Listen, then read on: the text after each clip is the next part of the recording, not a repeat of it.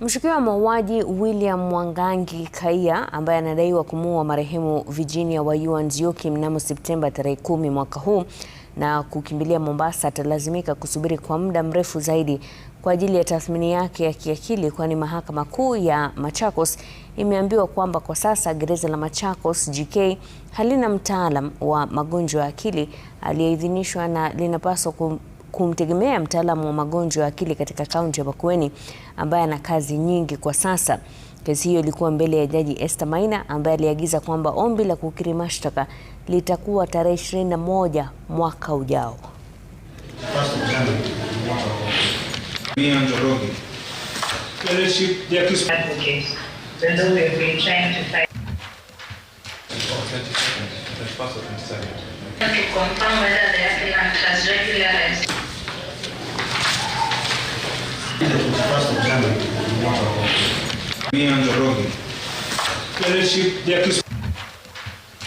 William Mwangangi